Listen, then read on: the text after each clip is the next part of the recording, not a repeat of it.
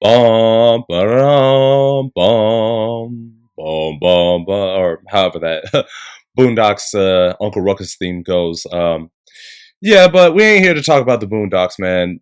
I think everybody knows what the hell is going on right now because I don't know what the hell the title of this video. I'm probably just gonna say breaking news: the Denver Nuggets have just committed capital murder or something. But I probably don't want to do that because I'm not trying to.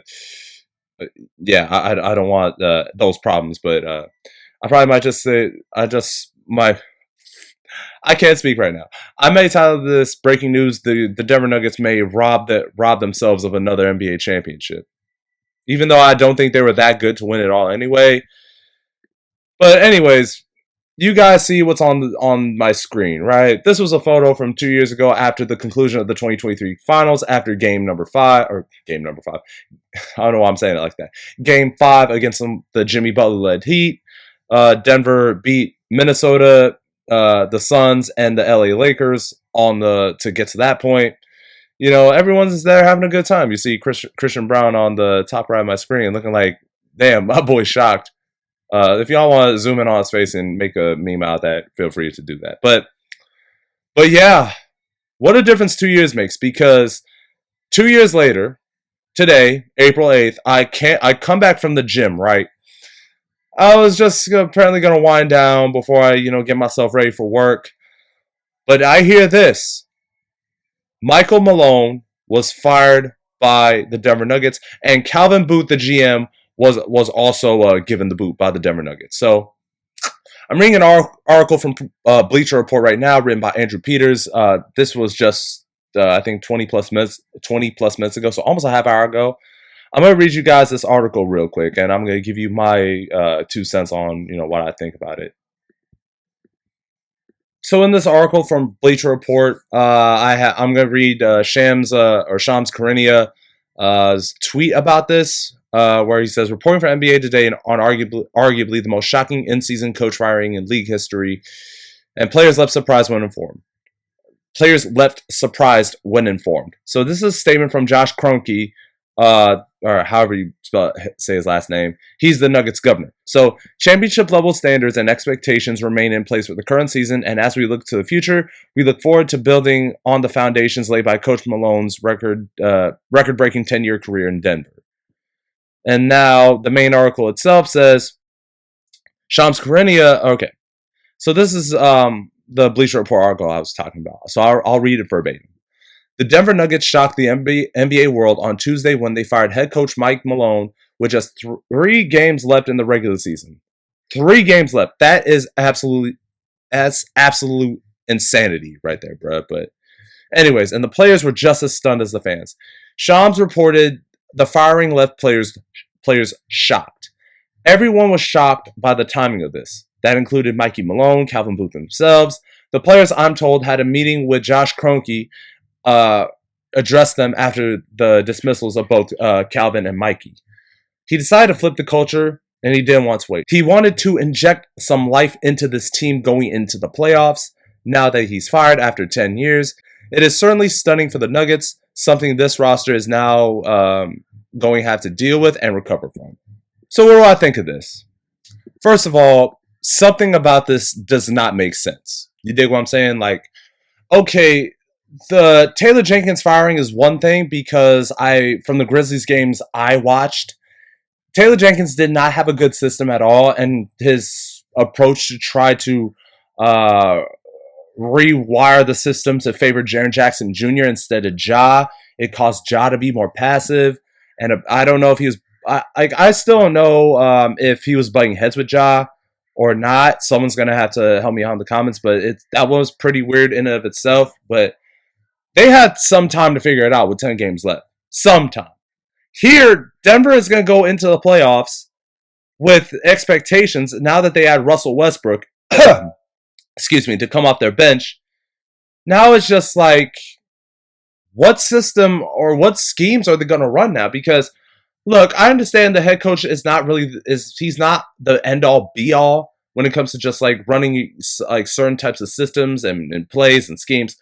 But it's just like, what is going on, man? Like, there's this clip from Mike Malone a couple weeks ago when they lost to the Blazers on the road, where he says that, some of these dudes, they're full of shit. They're not going to listen to what I have to say. They're going to say, like, yo, this dude tripping.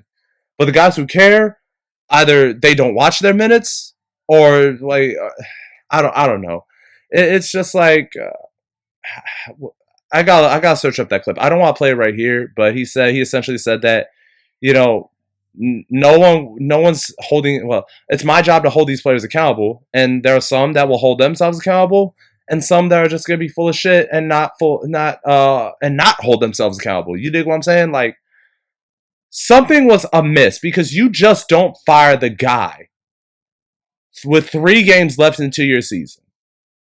And this same guy, and this was kind of my issue with the Bucks firing Mike Budenholzer as well, because is Budenholzer the best coach out there? No, I think he can be as dumb as rocks, and he showed that he could be as dumb as rocks during his series against the Boston Celtics. The Miami Heat, okay, he was going through some things, but even without Middleton, uh, the Bucks had a chance to win that series. But the problem is Coach Budenholzer was playing the wrong players at the wrong times. Like, I think if he gave Bobby Portis a little more clock and run time, I think they would fare a lot better. Now, but that doesn't change the fact that they needed Middleton in that series. And then a lot of people said Coach Bud did a really bad job as a Milwaukee Buck, or as coaching the Bucks against the Miami Heat, because he allowed Drew Holiday to get burned 1-on-1 instead of sending multiple bodies at Jimmy Butler. That's what Mikey Malone and the Nuggets did. They sent multiple bodies at both him and Bam Adebayo, and that eventually tired the both of them out. And Denver, they were off to the races on offense. Now, some of you guys may ask me, well, X, if you don't think it's Mikey Malone's fault or whatever, what do you think about his coaching job in the Nuggets T-Wolves series last year? Here's a couple things. Mikey Malone had some bad coaching stretches, yes. There were times where I thought he was playing, he could have played Peyton Watson a lot more, because I think he could deal with Anthony Edwards better than KCP. I thought it was my same issue with Coach Bud leaving Drew on Jimmy Butler is my quarrel with Mikey Malone in that series, that he allowed KCP to get burned by Anthony Edwards and took his lunch money, especially in that Game 7, even though that was more so the combination of guys like him, Nas Reed, Karl Towns, a couple Mike Conley clutch triples, and Jay McDaniels' defensive job on Jamal Murray, Nickeil Alexander-Walker's defensive job on Jamal Murray. And he could have put Christian Brown on Ant-Man as well. And I think that would have been a much better bet than allowing KCP, who's smaller. He's quick. He's pretty quick on his feet, but he's way too thin on the front lines to guard a big body like Edwards. You dig what I'm saying? But ultimately, the Nuggets lost because of a couple things. Number one, their bench was not good. If you think about what they had in the 2023 championship run, guys like Bruce Brown and Jeff Green were the main viable options to come off their bench. Now, they had a couple other players that year that he also played that I may have forgotten about, but they had a lot of good players coming off their bench. No, I won't say a lot, but Bruce Brown, Jeff Green made the Nuggets bench. And they tried to flip it with Reggie Jackson and Justin Holiday. Reggie had a decent stretch, but overall he sucked. Justin Holiday was supposed to be Bruce Brown's replacement. And obviously, the Holiday bloodlines, Drew being, well, at the time a one-time champion, now two-time champions with the Boston Celtics. Obviously, he won one with Milwaukee. And then Aaron Holiday, who's never won anything, I guess. But Justin Holiday's been in the league, and he's a journeyman, but their bench was not good last year. Let's be honest. They lost that series because their bench was not good. And because of the fact their bench was not good, okay, maybe Christian Brown, I'll give you that. But overall, the Nuggets starters were overworked. And the MVP got overworked. Especially, they were hunting Jokic in every pick and roll, and I don't think Mikey Malone had a good enough response to that. But I'm not going to say he's the reason they lost that series. They got overmatched because the Nuggets starters were overworked and their bench was bad compared to the Minnesota Timberwolves bench, right? So I'm not going to sit here and say that say that he's the reason they lost or whatever, because they were the number 2 seed. People gotta remember that Mikey Malone made a culture in Denver that I don't think they're gonna get back after this fire. Yeah, I know the Nuggets governor is saying that we can build on this culture. No, sometimes when you create a culture, and maybe I'm not professional, but this is what I understand. Sometimes the culture is either set by the players, the coaches, or both. And Mikey Malone made a culture in Denver that, in my personal opinion, they're not going to get back. I'm sorry. I mean, they. This doesn't make sense, bro, because this guy gave you the most wins in Nuggets. Like, he's the winningest coach in Denver Nuggets history. Yes, he had a couple bad years, yes. But ever since then, the Nuggets have been very, very competitive. The last time the Nuggets missed the playoffs, I was a freshman in high school. I mean, I was a junior in high school. But the last time the Nuggets were really bad, I was a sophomore in high school. So I'm a little under the weather too, so I'm going to have to pause every single time I'm going to have to cough, but I'm going to keep the show rolling. But I don't know what's going on in the Nuggets locker room, but there is a chance that the Nuggets may have tuned this dude out. The Nuggets may have tuned him out. I'm going to be honest. Like, because there is no way Michael Malone, who has praised a lot of players in years past. I've seen him praise Russ. I've seen him praise KCP. I've seen him praise Jamal, Torrey Craig, Gary Harris, Paul Millsap, Jeremy Grant for that 1 year, Mason Plumlee, and every other player you could think of. Wilson Chandler, even. There is no way a guy of Michael Malone's caliber would say the stuff he would say in a game versus Portland. A Portland team that's on the rise, and they've been very competitive all year, despite what their record tells you. Don't get me wrong, but they've beaten some good teams out here. But the Nuggets are supposed to be championship contenders. There is no way Mikey Malone would say something like this without sensing the fact that these dudes tuned him out. They just feel like he's damaged goods or whatever. He shouldn't be the voice of the locker room. It makes zero sense. And it wouldn't make sense that they would fire him just because. Obviously, there's something going on. Obviously, the players tune him out. Because otherwise, he would still be in Denver. And he created a culture in Denver that I don't feel like they'll even get back. I'm sorry. Because he's probably going to be the best coach this team will ever have, if I'm being honest with you. I understand that, Rick Edelman and a couple of the other coaches, they have potential, but Mikey Malone was the driving force of a lot of really good Nuggets teams.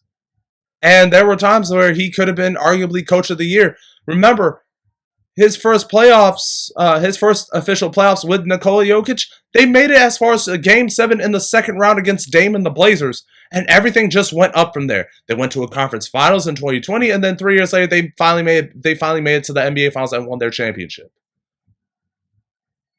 And I have no idea. I'm just saying a whole lot of nothing, but the fact that they fired the GM too, now obviously that's a whole nother issue. But I know that the players tuned this guy out, and Mikey Malone and Calvin Booth were at odds with the Nuggets, the rest of the Nuggets front office, the higher ups of the Denver Nuggets, and this is a very bad look for Denver, and I don't want to say I feel bad because these guys are multimillionaires, but it's just like, damn, I'm as shocked as the players, because the players, they're all really good players. I mean, I hate Jamal when he cooks my Lakers. Nikola Jokic is a great player. I still love Russell Westbrook, and they have a good, talented squad. But I don't know why they would fire him. This firing makes no sense, especially since we're about to head into the playoffs and they're about to not have Mikey Malone on the sideline. And here's another thing too. Some of you guys may say that after the All-Star break, because they posted about this on ESPN NBA Today. Um, they posted something that they started off the season 36-19 before the All-Star break, right? And after the All-Star break, I think it was it was post All-Star break. They went 11-13, so two games below 500, which it ain't bad. It ain't the worst thing in the world. And some of these losses you can attribute to their players being hurt. Remember, I think Jamal Murray was hurt for a couple of games because of a hamstring injury. And there were stretches where they didn't even have Nikola Jokic. So that's not Mikey Malone's fault. He's trying to work around with the roster he has with his two injured stars. And the Nuggets are not going to give him a chance. And they're not even going to wait until the season is over to fire him? Because something, I don't know, man. We're gonna hear more news about it as it comes along, but just like, well, I don't want to say just like Taylor Jenkins, but I'm gonna assume along with the Taylor Jenkins firing that they've been planning this way before, right? It's like something earlier in the season made them feel like that. I don't know if we can keep this up with him, and to me, that's very, very freaking shady because these Mikey Malone again, he has the most regular season wins in Denver Nugget history, and he has a title to show for it. So he's a good coach. I don't know what's going on here, man, but I don't know. I'm running out of things to say. If you guys want your own input up about it, if you got feel free to type it below in the comments. But just know that I didn't like this at all. This was probably the dumbest thing that the Nuggets could have done. Considering they were 2 years removed from a championship, and they nearly won a Game 7 last year. They nearly punched their ticket to the conference finals last year because they had a 20-point lead against Minnesota. So I'm not sure what the hell's going on in Denver. And quite frankly, the Nuggets, if they lose in the first round, you can't blame Mikey Malone. And the front office for the Nuggets, every higher up in the Denver Nugget office should be ashamed of themselves, especially if they lose in the first round, especially if they lose before they make the finals. And I think that's what's going to happen. And I feel like whatever is coming for the Nuggets, they deserve it. I'm sorry. So, I don't know, man. This is just insane. Let me know what you guys think. Yeah, that's the end of this video. I'm X. Deuces.